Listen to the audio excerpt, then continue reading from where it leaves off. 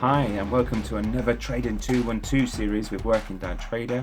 If you haven't seen my channel before, my channel is all about helping working class people, helping parents like myself make sense of the stock market and what happens and put it into reality and simple terms of how we can master this stock market business and how we can all make some money and make it real, as in parents and people working class don't have thousands of pounds. And I show how we can make small steps and make the journey into making a really good future for ourselves.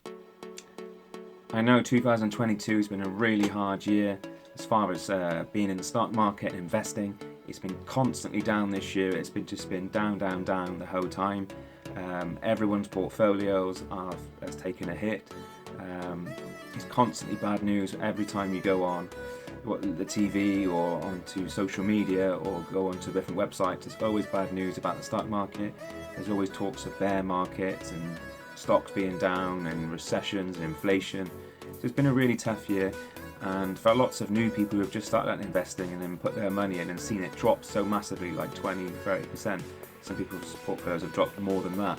It's been quite a scary time for people and quite worrying, and a lot of people have panicked, and I just want to try and, in the last few videos I've done, I'm just trying to bring some sense and some calm and reality to the situation, and I want to start off with just some simple quotes.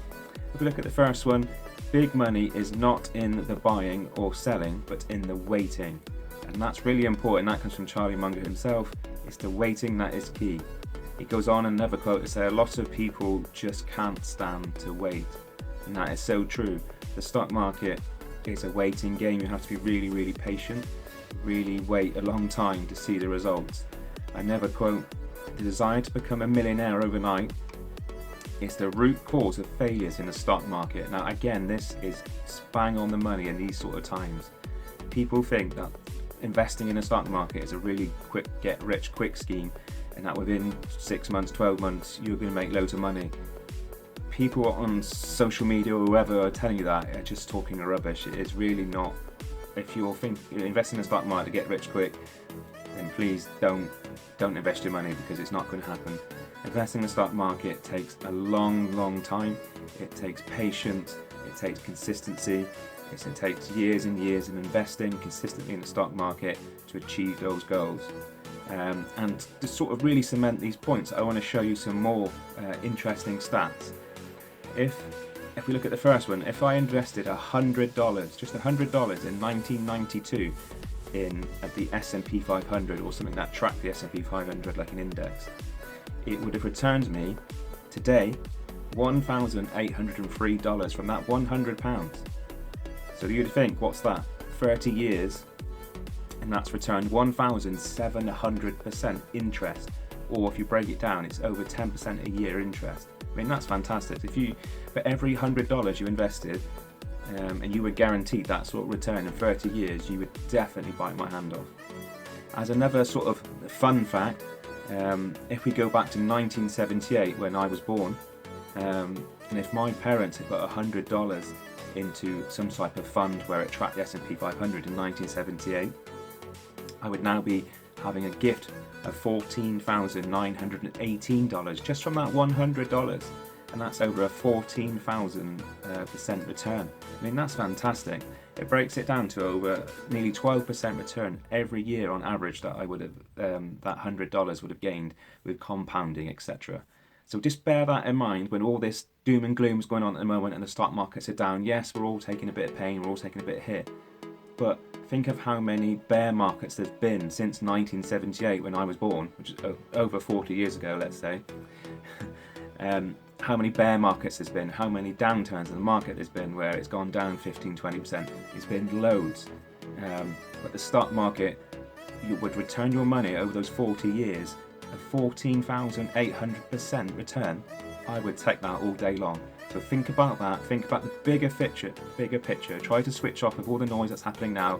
Yes, it's painful, and seeing your accounts 20-30% down, but think long term. And when I say long term, you have to think 10-20 years ahead, and you will be fine. As long as you're invested in good companies or you're invested in funds that track the S&P 500 or something like that, you will do really well. And that's how simple investing is. Okay folks, so just stay calm and just hold your positions and think of the long term. Okay, so if we look at my Trading 212 portfolio for the month of May, at the start of the month it was down 16.7%. At current it is down 19.3%, so it's slightly gone back a bit. Like I say, May has still been a bad month. There's been quite a lot going on, so it has gone down further, like the market in general. I'm not overly worried. I'm still quite happy that I'm invested in a lot of good stocks. Obviously the Chinese stocks are a worry, and that's part of the reason my portfolio is being dragged down. There's been some improvement lately on the Chinese stock market with restrictions as far as the COVID restrictions, the hard COVID restrictions the Chinese government put on have been sort of released a bit, and that pressure's gone, and they've said they're going to start easing off a bit on the sort of big tech stocks in China. So I'm hoping that we'll now start to see more of a positive return on the Chinese stocks, and they can start recovering their massive losses that they've taken. As far as the portfolio itself, it's pretty much as it was. The only new one I brought in is Rio Tinto. As with all this sort of downturn going on in inflation and recession worries, I think it's a good idea to just increase. I did this last month as well, bringing in a few dividend stocks, and Rio Tinto is a really good dividend stock. So I thought, why the portfolio is going through this rough period to sort of cushion some of the downturn at the moment, then it'd be a good idea to pick up some dividends along the way. At least it will soften the flow of money that I'm losing at the moment. And it's just a bit of a hedge against obviously the inflation and the downturn. So I just thought it'd be good just to put another dividend stock in to help my portfolio. But it's pretty much the same. All the big sort of ones hold big positions in my portfolio, like Meta, which is obviously Facebook, is still down, and that's still down and undervalued, I believe.